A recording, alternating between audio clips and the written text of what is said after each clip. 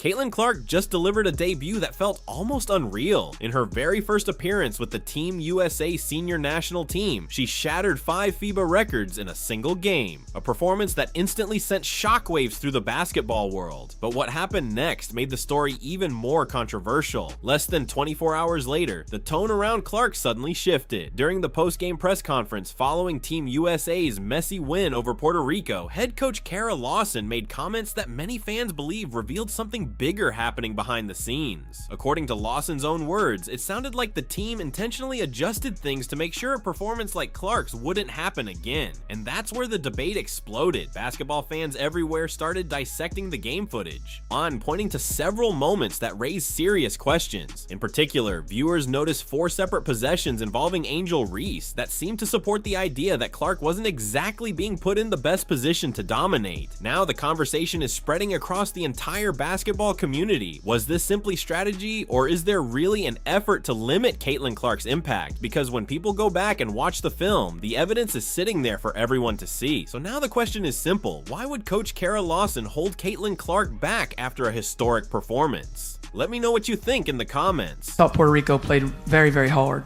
and they played hard the entire time. They challenged us with their effort, and I thought they made a lot of hustle plays to create baskets for themselves. And, this was more of an uneven game for us on both ends. We talked about it as a team, and I thought we had some good spots, but I also thought we had some rough spots, and that's good.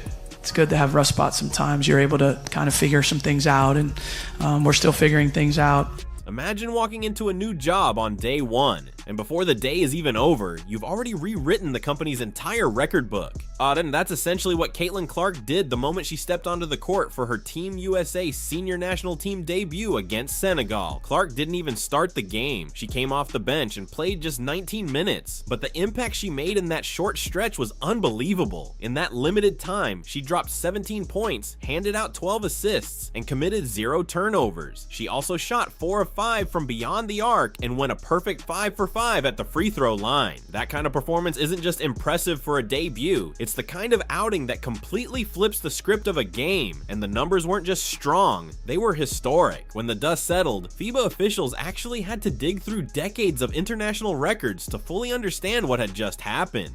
After reviewing the data across multiple eras and national teams, the conclusion was stunning. Clark had broken 5 different records in a single night, all of them by the same player in her very first appearance. It wasn't just a memorable debut, it was the kind of performance that instantly becomes part of basketball history. 5 players at a time. Hockey subs. Hockey subs. Kelsey Plum with her first.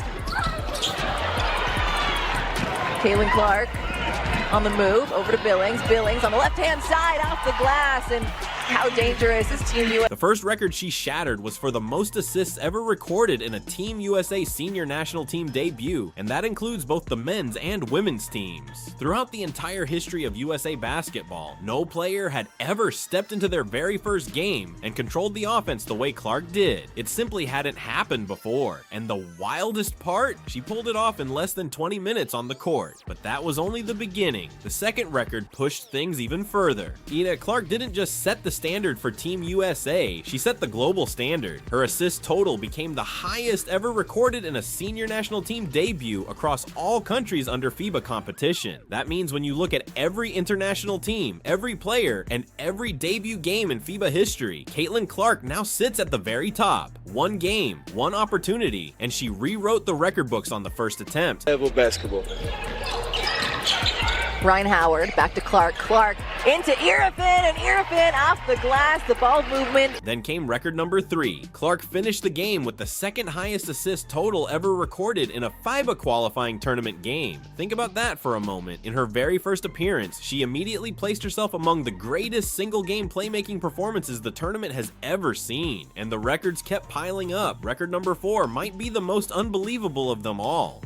Clark set the mark for the most assists ever recorded by a bench player in FIBA history, across both the men's and women's game. She didn't even start the game. Clark entered as a reserve, yet still managed to accomplish something no bench player in the entire history of international basketball had ever achieved before.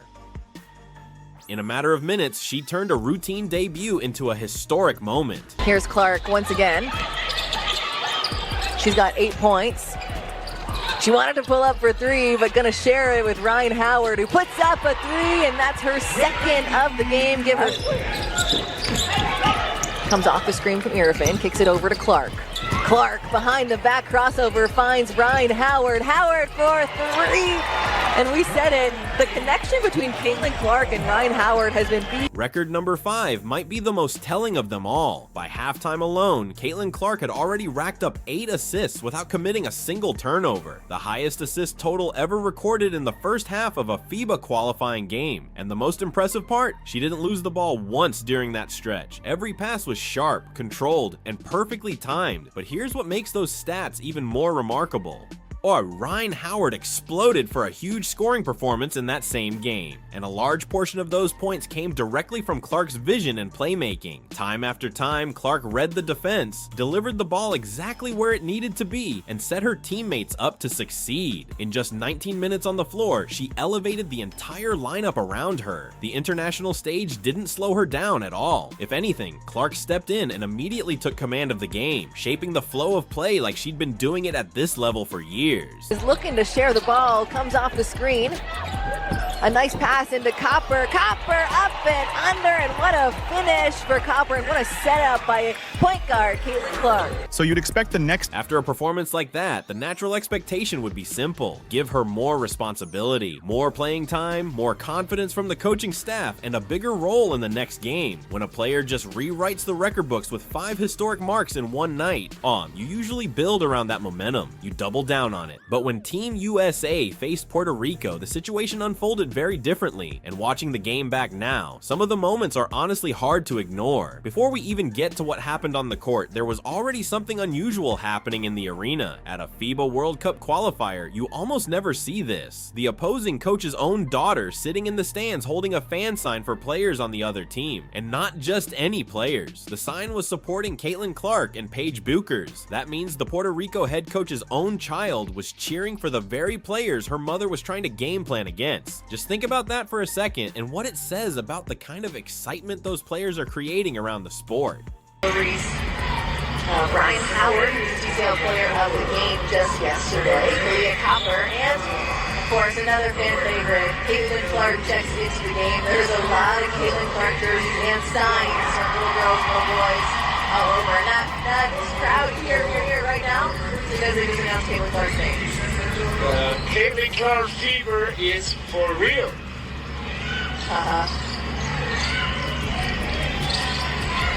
You got that one. And it wasn't just one excited family reacting to Caitlin Clark's presence. The entire arena was overflowing with energy. This wasn't simply a solid crowd, it was completely packed. Fans were lining up outside the venue, the building was buzzing inside, and the atmosphere felt more like a playoff game than a typical qualifier. A huge reason for that excitement was simple. Caitlin Clark was in the building. Many people showed up specifically to watch her play. Even the FIBA broadcast team seemed to recognize what was happening in real time. They had a camera operator assigned to follow Clark almost non-stop, and it wasn't limited to game action either. The cameras stayed on her during warm-ups, timeouts, and even in the quiet moments between plays. Without officially announcing it, the production made something very clear through their coverage. From the way the cameras focused on her throughout the night, it was obvious they saw Clark as the central figure of the entire tournament. So in the first game, as you mentioned, those hockey subs, I think is going to happen probably the same thing, just trying to differentiate between the different 5 matchups, 5 players on the court, 5. And the excitement didn't stop at the arena doors. The momentum around Caitlin Clark was spilling far beyond the building. What many were calling Caitlin Clark fever was spreading through international sports coverage. Media outlets that rarely, if ever, talk about women's basketball suddenly started publishing stories about this qualifier, simply because Clark was part of it. Journalists from countries without a single WNBA franchise were reporting on the tournament and breaking down her performance. That kind of attention isn't typical. It's not something you can artificially create, but Clark's impact went beyond just drawing headlines about herself. Her presence was bringing fresh global attention to women's basketball as a whole. The spotlight wasn't just on one player, it was expanding the audience for the entire sport. Even the Indiana Fever brand was gaining international visibility because of her. Fans who had never tuned into a WNBA game before were suddenly interested. For many of them, the reason was simple. Caitlin Clark was finally playing in their time zone, and they wanted to see what the hype was about.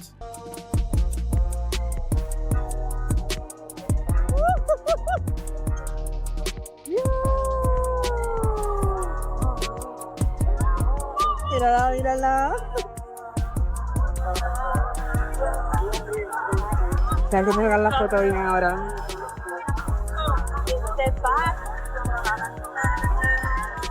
No puedo. Saca tú, pues no puedo. El teléfono mío me deja. From FIBA's perspective, Caitlin Clark was clearly being showcased as the centerpiece of the event. The building was completely full, the crowd was electric, and everywhere you looked, there were signs that fans had come specifically to watch her. One moment summed it up perfectly. The opposing coach's own daughter sitting in the stands holding a sign with Clark's name on it. Inside the arena, the atmosphere shifted depending on one simple thing, whether Clark was on the court or not. Fans who were there said that every time she touched the ball, the entire crowd seemed to lean forward in anticipation. The energy spiked instantly, and when she stepped off the floor, you could almost feel the excitement dip. That type of influence over a crowd isn't common. It's the kind of presence only a few athletes ever create, and when it happens, everyone in the building can feel it. Caitlin Clark gets in the passing lane, goes coast to coast for the and one opportunity. Makes the layup off the glass. She asked her teammates, did that go in? Now she gets a chance at the foul line. She wanted the intentional. I think she got hit in the head there, but let's take another look. Caitlin Clark jumps the passing lane, coast to coast. Let's see. Oh, the referee got in the way to see that. She did get hit in the head. She's making a case for herself, but she's going to go to the line. The buzz inside that arena in Puerto Rico didn't come from a big television network or a marketing push from the Indiana Fever. It wasn't manufactured hype. It was simply fans from different places reacting to the experience of watching a truly special player perform on the court. For a long time, women's basketball hasn't seen a player create this level of global excitement. Clark's presence alone was shifting the attention of the sport. And the tournament had barely even reached the end of its first weekend. The crowd was there to see Caitlin Clark. The broadcast cameras kept following Caitlin Clark. Even the opposing coach's own family was openly cheering for Caitlin Clark. But while all of that attention and excitement was building around her, the people responsible for deciding how much she actually played seemed to have something completely different in mind. All the publicity Caitlin Clark's getting today? Did you see the news? Everybody's talking about Caitlin Clark. We can't have that. The transition offense, Caitlin Clark making passes that nobody in the league has ever seen before. We can't have that. Slow it down, Carol Lawson. Switch it up.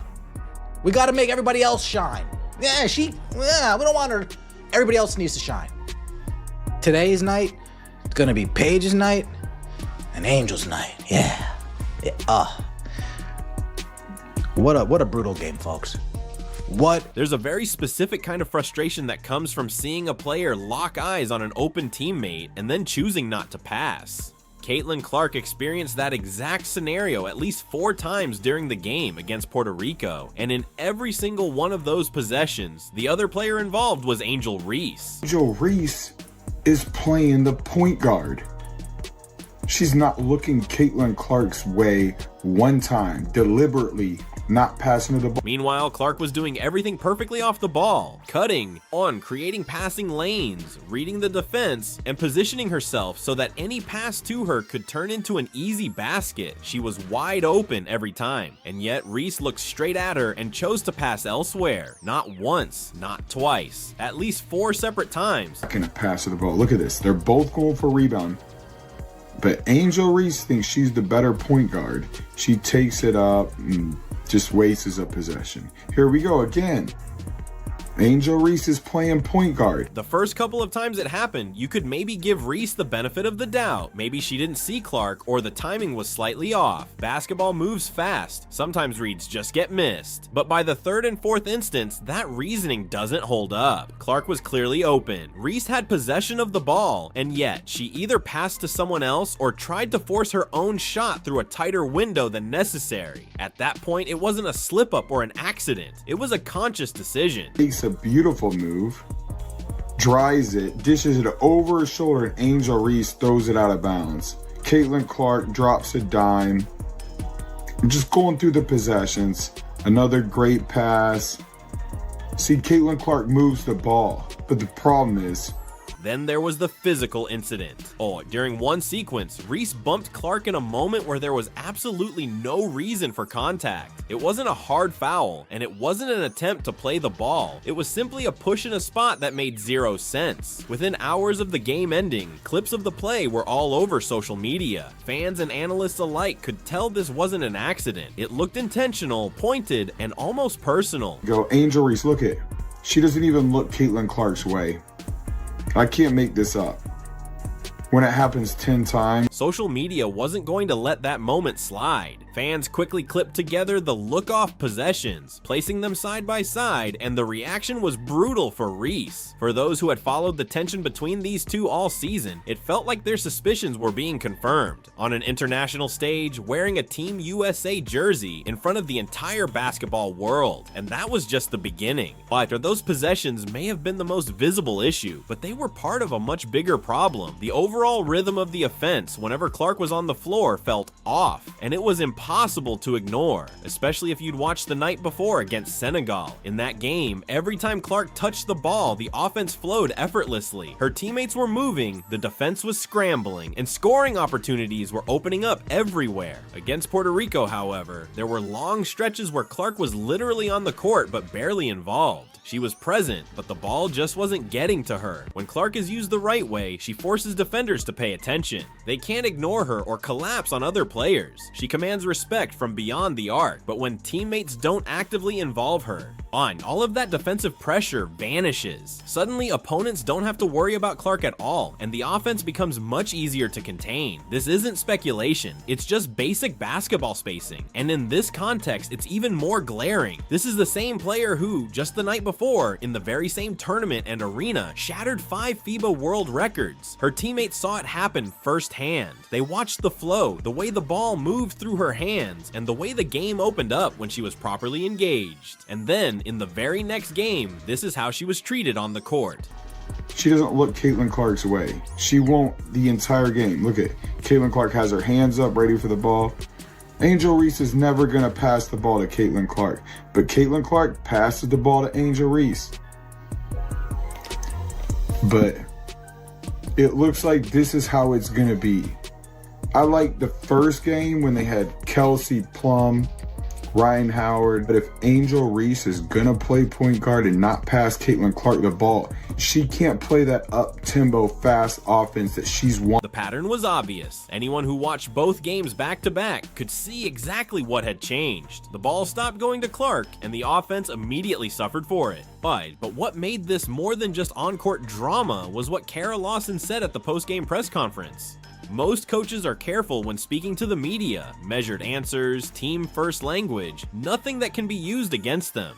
But Lawson's comments after the Puerto Rico game didn't follow that script. What she said wasn't cautious or neutral. It gave fans and analysts a clear glimpse into how she was really viewing Caitlin Clark, and that window into her thinking spoke volumes. Lawson had already described her approach to rotations and lineups as being in fact-finding mode. On the surface, that sounds reasonable enough. You're experimenting, figuring out your roster, trying to see what works. But then she went a step further. She said she wanted everyone to shine, not just Caitlin Clark. Those were basically her words. And keep in mind, this came the day after Clark had shattered 5 FIBA world records in just 19 minutes off the bench. This wasn't some abstract talk about team balance or long-term development. What Lawson was describing was, in effect, a deliberate decision to pull the spotlight away from the player who had just made history. Sound like she's refusing to answer questions about the starting lineup. Because at the end, she said, well, everybody's playing a different role and they're the number one.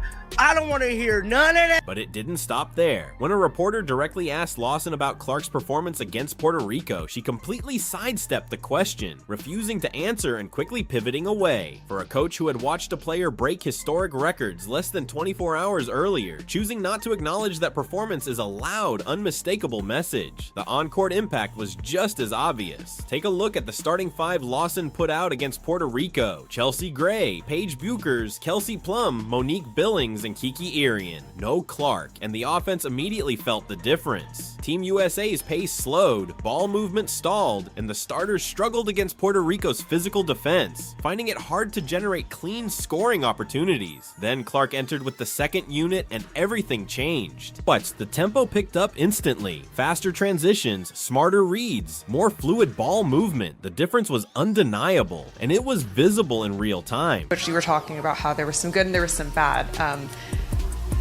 Was the stuff that you have to work on done by Puerto Rico? Was it self-imposed? And if it's the latter, how do you kind of go about navigating just not, self-harm in these games? I think anytime there's breakdowns, it's usually a combination of both. So we weren't as tight in our coverages as we wanted to be, and they exploited that. And so if we can be tighter, you would hope they wouldn't be able to exploit it as easily, maybe. And here's the part that's almost unbelievable. Puerto Rico ran a box-and-one hybrid defense specifically aimed at keeping the ball away from Clark. A team that was on pace to lose by 30 points still built their entire defensive strategy around stopping a single player. In that moment, the opponent showed more respect for Clark than her own coach was willing to give. Let that sink in for a second. Now, let's break this down. The idea that everyone should shine is fine in theory. Encouraging multiple players to contribute is standard coaching practice. But here's the issue. This is the player who, in under 20 minutes, just shattered 5 FIBA world records. And the immediate response wasn't to ride that momentum. It was to structure the next game to prevent it from happening again. That's not a coaching philosophy. That's a conscious decision targeting one specific player. What I like the most is how much they share the basketball, their willingness to play with one another and to be excited for each other's success. We're playing a lot of people. They're playing a lot less than their normal minutes. It's different for them rotationally. I mean, all of these players start, with their respective WNBA teams, and all of them are, like, if not the number one option, the number two option on their team. And so you're asking them to play a different role, in particular on the offensive end, and they're all doing it willingly. Lawson never stood at a podium and openly declared an anti-Clark plan. She didn't need to. She said she wanted everyone to shine, not just Clark. She dodged a direct question about Clark's performance. She opened the next game with a lineup that didn't include her, even though Clark had just dismantled the previous opponent less than 24 hours earlier. The press conference didn't reveal anything new. It simply confirmed what the box score was already showing. Here's the key takeaway from everything that unfolded in Puerto Rico. It proves exactly what Fever fans have known all along. When Clark is held back or limited, the offense struggles. But when she's allowed to play freely, the offense isn't just better. It's historically elite. Not slightly better, not marginally more efficient. Historically good. 5 world records in one night good. And as of 2026 in Indianapolis, nobody is drawing up a game plan to try to tone that down. I know she's frustrated with herself there. As Team USA comes back the other way, looking to punish. Caitlin Clark pulls up from deep. And knows that Caitlin Clark, the no-go threes we're used to seeing when she's in rhythm. Doesn't think about it, checks it out, but now want to get out. Every level struggled to contain her. Drop a comment below with your thoughts on why you think Coach Kara Lawson held back Caitlin. Don't forget to like, subscribe, and turn on notifications so you never miss a moment. Click the video on the screen next, and we'll see you in the next one.